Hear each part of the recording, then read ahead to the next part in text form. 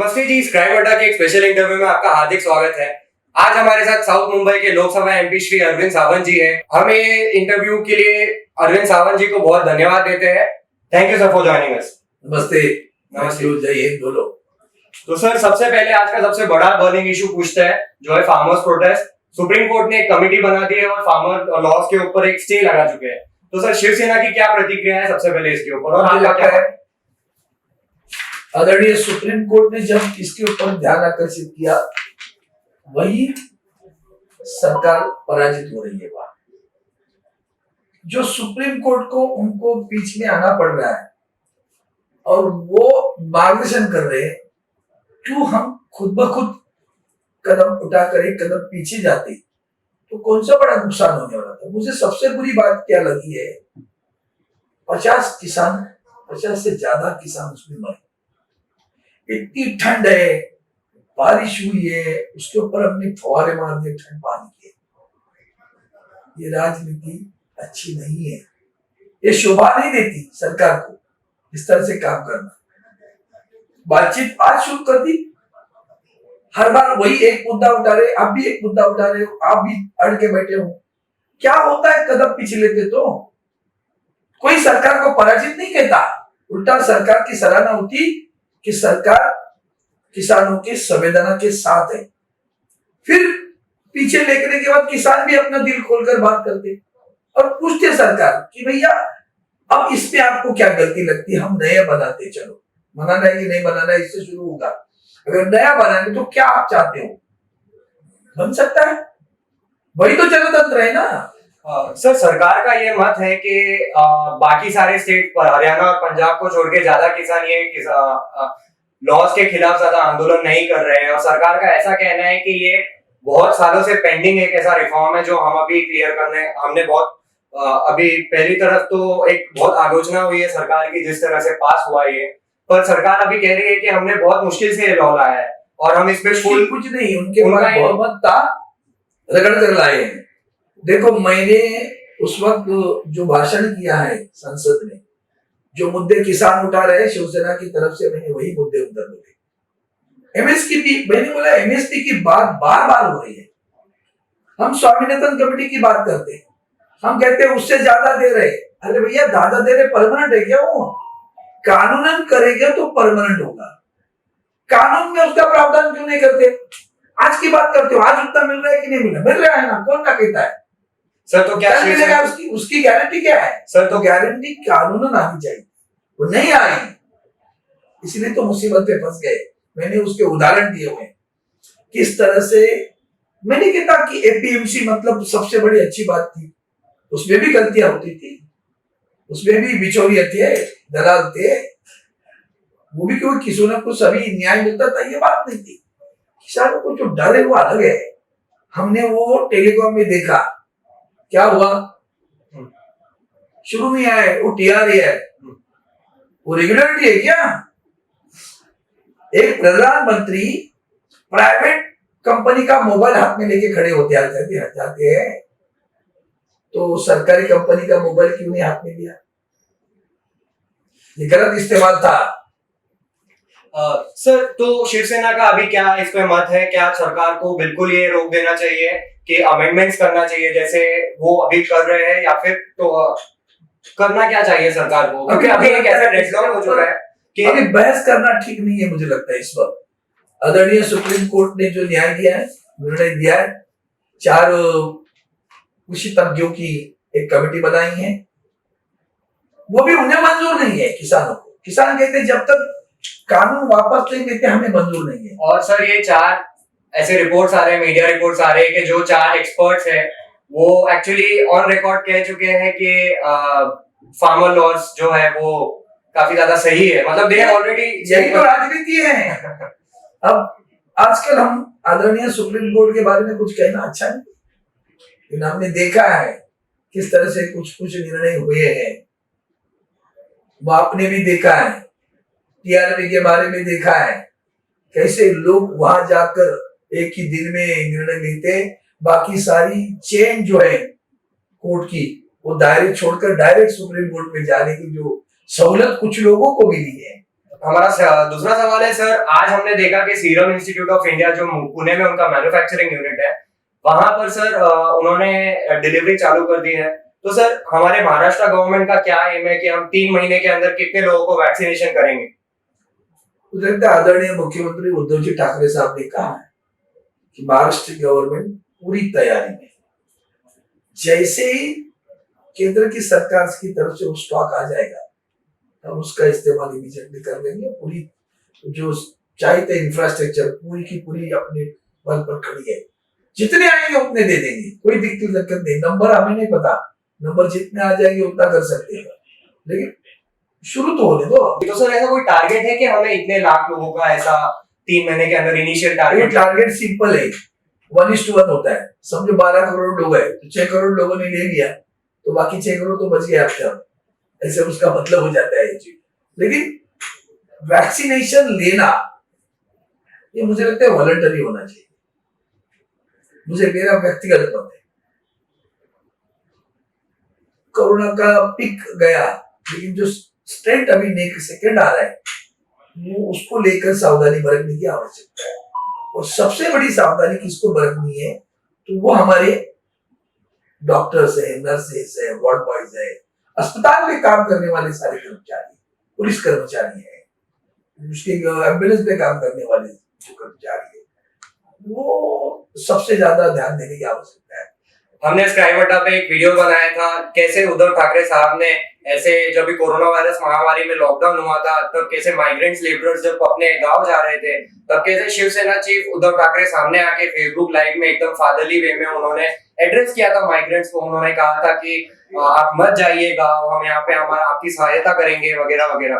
तो मेरा अरविंद जी से कोरोना से ही रिलेटेड एक और सवाल है कि सर अभी महाराष्ट्र गवर्नमेंट की स्ट्रेटेजी क्या है, क्योंकि केसेस कम आ रहे हैं बट फिर भी all over the India highest number of deaths are still happening in Maharashtra. Not at all. मेरे पास कल का माननीय अपने आयुक्त साहब है, उनका मैसेज है, पूरे दिन में 3। सर मुंबई की बात नहीं कर रहा हूँ मैं, पूरे महाराष्ट्र की कर रहा हूँ, क्योंकि कोरोना की बहुत कम है अभी महाराष्ट्र में। और सबसे बड़ी बात है, जो भी आंकड़े आ रहे हैं, क्योंकि महाराष्ट्र सही में ट्रांसपेरेंट है, और महाराष्ट्र नेचुरली है क्योंकि मुंबई एयरपोर्ट यहाँ है। अभी हम कितना सख्त कर रहे पता है ना, यूरोपियन कंट्री से आने वाले लोगों को सख्त में हमने बहुत सख्त कर दिया है। गल्फ कंट्री से आने वाले लोगों को भी बहुत सख्त हम लोग उसका अमल कर रहे, बिना आरटीपीसीआर आने नहीं दे रहे या क्वारंटाइन कर रहे। ये माननीय उद्धव साहब जी का बहुत बड़ा अचीवमेंट है। इतनी जो नंबर की बात कर रहे हैं ना, ये भूलना नहीं, इस देश में सबसे ज्यादा लोग संक्रमित महाराष्ट्र में थे, सबसे ज्यादा लोग शहर की बात कर तो मुंबई में थे।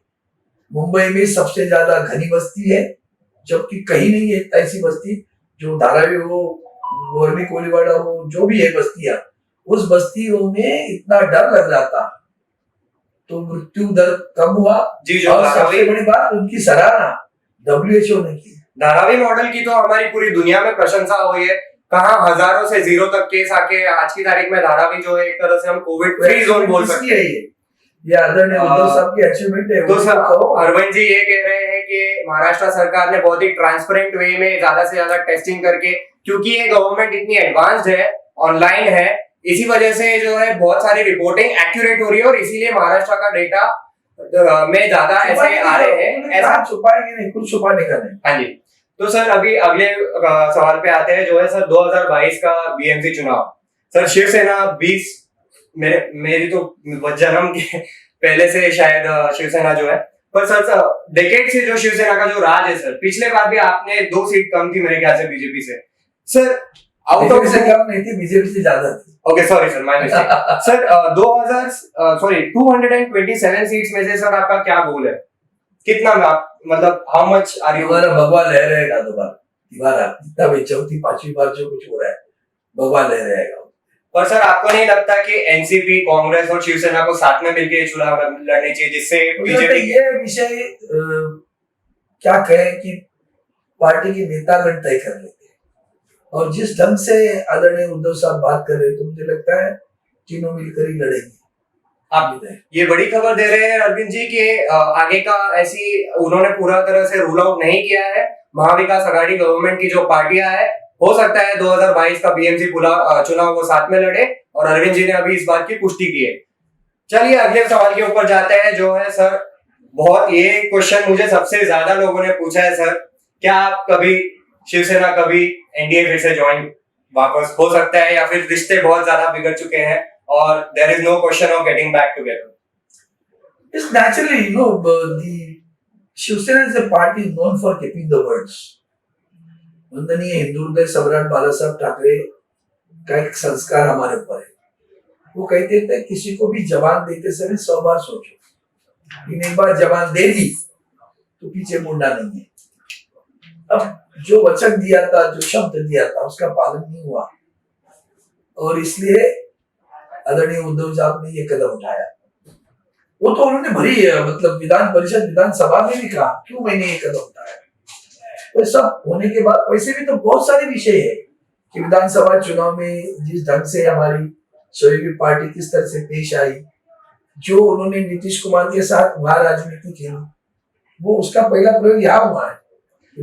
शिवसेना के नंबर कैसे कम रहे, सारी कोशिशें हुई, वो छोड़ो, फिर भी उद्धव साहब तैयार थे, कह रहे थे चलो जो हुआ सो हुआ, लेकिन गठबंधन में जो शब्द दिया था उसका पालन करें, नहीं किया।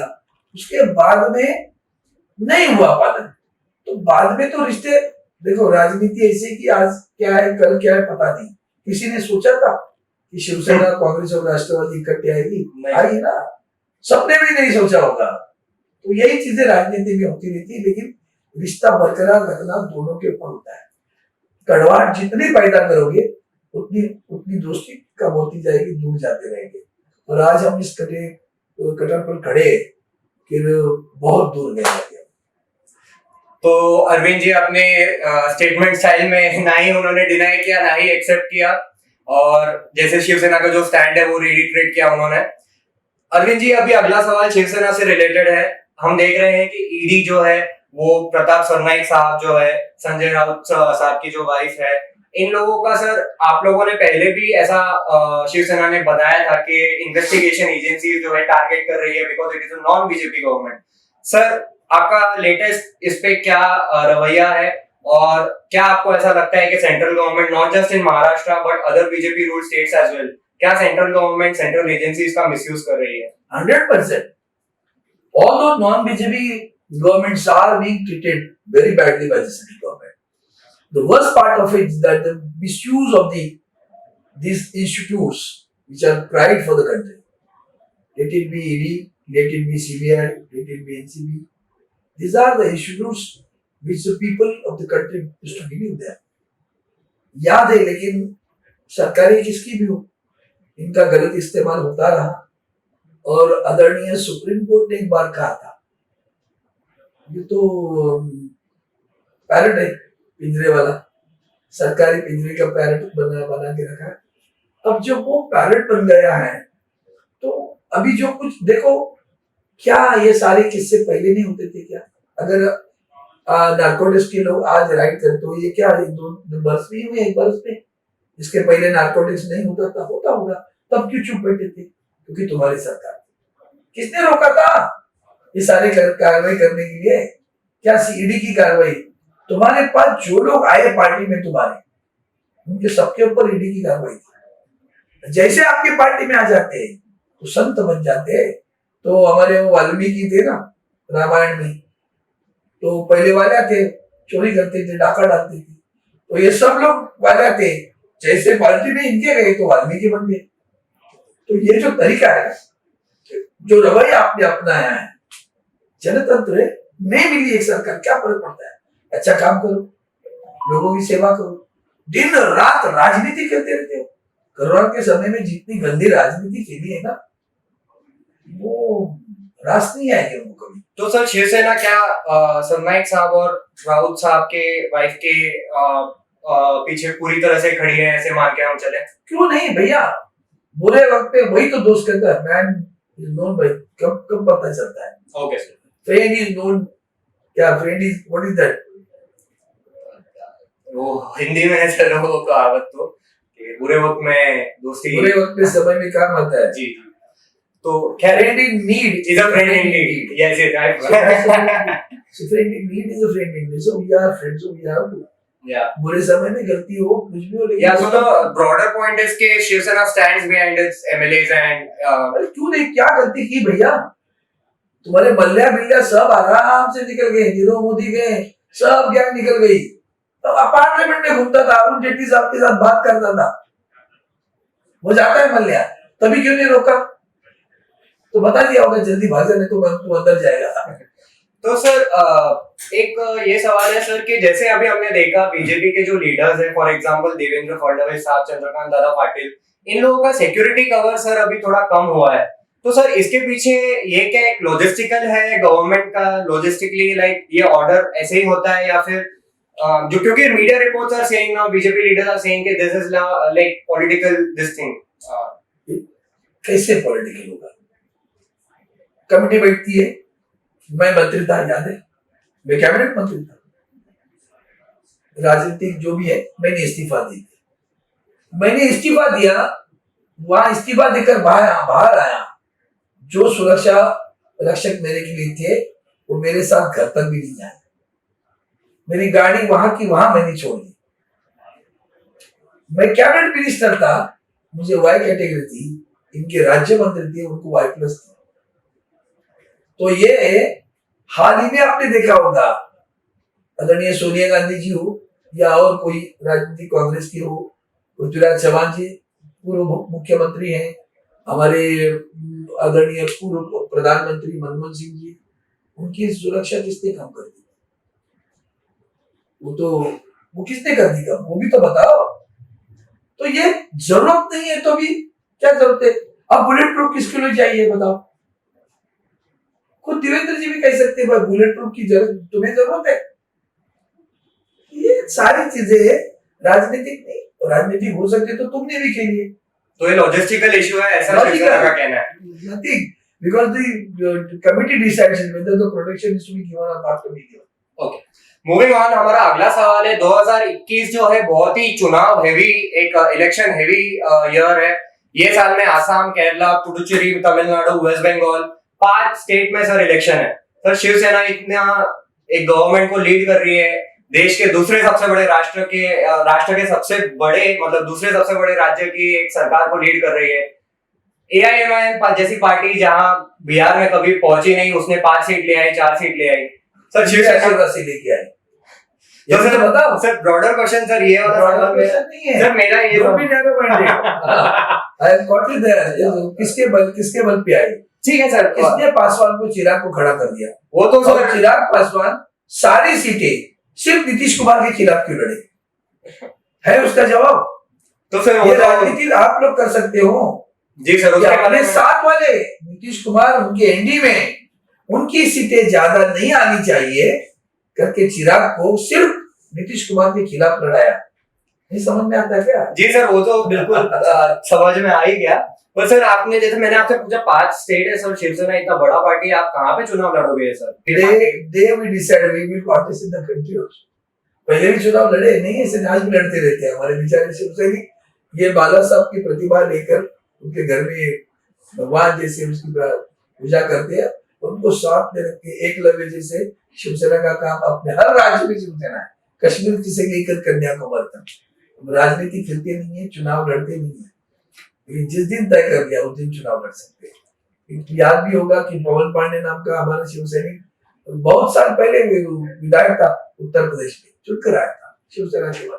तो साहब अभी तक आपके ऐसे प्लान ऑफिशियल हुआ है कि हम यहाँ पे लड़ेंगे, मतलब यहाँ पे मतलब अन्य राज्यों में जो अन्य सर 5 आसाम, केरला, पुडुचेरी, तमिलनाडु, वेस्ट बंगाल, इनमें अभी तो इसके ऊपर हम देखो, विस्तारवादी अगर होती शिवसेना तो बीजेपी का समर्थन न करती। हम पहले से थे कि हिंदुत्ववादी विचारधारा को लेकर वंदनीय शिवसेना प्रमुख ने सोचा कि क्यों भाई विभाजन करे, इसलिए उनको साथ दे दिया। तो दोस्त नहीं समझ पाए दोस्ती का हाथ क्या होता है। साहब आपने अभी आइडियोलॉजी की बात की, एक विचारधारा की बात की। हम देख रहे हैं सर कि इंडिया में एक पैटर्न निकल रहा है जहां पर बीजेपी रूल्स टेक, सबसे पहले यूपी ने किया, एमपी के सीएम ने कहा कि वो भी करेंगे। सर क्या महाराष्ट्र भी सर लव जिहाद जैसे कोई लॉ के बारे में सोच रहा है, या फिर ऐसा कुछ आ सकता है? मुझे लगता है ये सोच जरा बहुत गंभीरता से लेनी पड़ेगी। इतना जल्दबाजी इसमें करना, बताओ महाराष्ट्र में कहाँ हुआ है? कोई उदाहरण तो बताओ। तो जो शांति से चल रहा है, प्यार से राज्य चल रहा है, विश्वास से राज्य चल रहा है, विकास की तरफ राज्य चल रहा है, उस ऐसे राज्यों में ऐसे विषय लेकर क्यों दीवारें खड़ी करें? आप जरूरत नहीं है लगती, वक्त आ गया तब देख लेंगे, जरूरत क्या है अभी? प्यार से रहते हैं लोग। तो शिवसेना लोकसभा एमपी अरविंद सावंत जी ने एक बहुत बड़ा बयान दिया है कि महाराष्ट्र गवर्नमेंट बिल्कुल भी ये ऐसे फोर्स रिलीजियस कन्वर्जन के ऊपर फिलहाल तो इनके बारे में सोच नहीं रही है। स्क्राइब अड्डा का आखिरी क्वेश्चन है अरविंद सावंत जी से। साहब, आपने बहुत बड़ी पॉलिटिकल जर्नी लड़ी है अपनी जिंदगी में। आपने एक बहुत छोटी जगह से शुरुआत की, आपने गट प्रमुख के लेवल से शुरुआत की। आज के तारीख में आप ऐसे एमपी है जो ये देश में सबसे रिच एक कॉन्स्टिट्यूएंसी मानी जाती है, साउथ मुंबई, उसको रिप्रेजेंट करते हैं। तो साहब, अभी आपका फ्यूचर क्या है सर? आप अपना, जैसे आप पहले सोशल एक्टिविज्म में थे, तो आपका फ्यूचर आपने क्या प्लान किया है? और यहाँ से सर आपके लिए और शिवसेना के लिए एक ब्रॉडली अगर आप कहें कि आप आगे रोड मैप अगर आप बताएं, तो किस दिशा में हम आपकी पार्टी और आपका देख सकते हैं कि आप यहाँ पे बढ़ेंगे? मैं बहुत रीच हूँ, गरीब मेरे साथ में है, इसके लिए मैं रीच हूँ। मैं रीच हूँ, रिचेस्ट ऑल्सो आप मेरे साथ में, इसके लिए मैं रीच हूँ। तभी तो मेरा इतना बड़ा मतांतर देकर मैं चुन कर आता। हर वर्ग की अपनी समस्याएं होती है। मेरे पास इंडस्ट्रियलिस्ट है, उनकी अपनी समस्या है। मेरे पास बिजनेस कम्युनिटी है, उनकी अपनी समस्या है। जैसे जीएसटी के समय में आके नोटबंदी आई, बहुत तकलीफ हुई है, लोगों को बोलते नहीं है, दुख व्यक्त करते हैं। मेरे पास गरीब है, झुग्गी झोपड़ी में रहते हैं, गरीब मध्यम वर्गीय चालों में रहते हैं, पुरानी बिल्डिंगें बनी है। मैं बार बार प्रधानमंत्री से कह रहा हूं कि ये जो पुरानी इमारतें जो ढह रही है, गिर रही है, 100 साल पुरानी है, आप पक्का घरों का वादा कर रहे हो, वही पक्के घर इनको भी चाहिए। साहब, मैं सोचे सिर्फ गांव में चाहिए, इन्हें भी पक्के घरों की आवश्यकता है, क्योंकि वो पक्के घर में रहते थे। सबसे बड़ी अच्छी बात महाराष्ट्र सरकार की है कि इस सरकार ने पुनर्विकास की एक कानून बनाया हुआ है, झुग्गी झोपड़ियों का भी पुनर्विकास का कानून बनाया हुआ है। तो कानूनन प्रावधान है, केंद्र सरकार एक हाथ आगे बढ़े तो ये प्रावधान, कानूनन प्रावधान को लेकर इस सारे लोगों को अपने अपने पक्के घर मिल सकते हैं। और उसी के लिए मैं तड़पता रहता हूँ। तो मुझे लगता है चुनाव क्षेत्र की बात करें तो वही मेरे लिए सबसे बड़ा बात है कि मेरे यहाँ पुरानी इमारतें, बहुत पुरानी, 100 साल से पुरानी, छोटे घरों में रहते हैं, पक्के घरों में जाए, अच्छे घरों में जाए। तभी तो बाला साहब ने वो लाया था मुफ्त में घर गरीबों को, 40 लाख मिट्टी वासियों को घर देने की बात वंदनीय बाला साहब ने देश में पहले की हुई है, पक्के घर। तो वो पक्के घर वहां से शुरू हुए, उसके लिए कानून बनाया, कानून बना के प्रावधान किया वहां। तो वही चीज है, केंद्र सरकार भी एक कदम आगे बढ़े तो मजा आएगा। सब 11 नवंबर 2019 को ऐसे बहुत लोग होते हैं जो लोग अपना कोई मिनिस्ट्री का पद मिल जाए या फिर मुझे कोई एमपी बना दे, सीएम बना दे। यूजुअली हम देखते हैं कि डिफेक्शन इसीलिए होते हैं। साहब, आपने उल्टा कर दिया, तो इसीलिए मैंने आपसे पूछा था साहब कि क्या ऐसा होगा कि आपको, क्योंकि आपका हम काम देखते हैं, आपका अटेंडेंस लोकसभा में 90% से ज्यादा है, तो of course many people, of course this is a very politically motivated state, 100% yeah of course, and this is a very politically, हमने देखा था ऑपरेशन बहुत सारे चले थे अन्य अन्य राज्यों में, तो साहब आपके पीछे भी कई नहीं, पहली बात ऐसी कि नहीं, हम जो कुछ है वो वंदनीय बाला साहब की वजह से, शिवसेना की वजह से। आजकल लोग कृतज्ञ हो रहे हैं, वो बड़ा दर्द करता है। हमारी पहचान किसने दी? अरविंद सावंत को कौन पूछता है, कौन पहचानता है, कौन जय महाराष्ट्र करता है, कौन जय हिंद करता है? झंडा पीछे है, बाला साहब है, आदरणीय उद्धव साहब है, तभी तो लोग जानते हैं, जय महाराष्ट्र करते हैं हमको देखकर। तो भूलना नहीं है, जो सीढ़ी से हम चलकर ऊपर जा रहे हैं, सीढ़ी उन्होंने दी है, हाथ भी उन्होंने दिया है, ताकत भी उन्होंने दिया है, हमने क्या दिया है, तो निष्ठा दी है, हमने क्या कहा, सेवा दी है।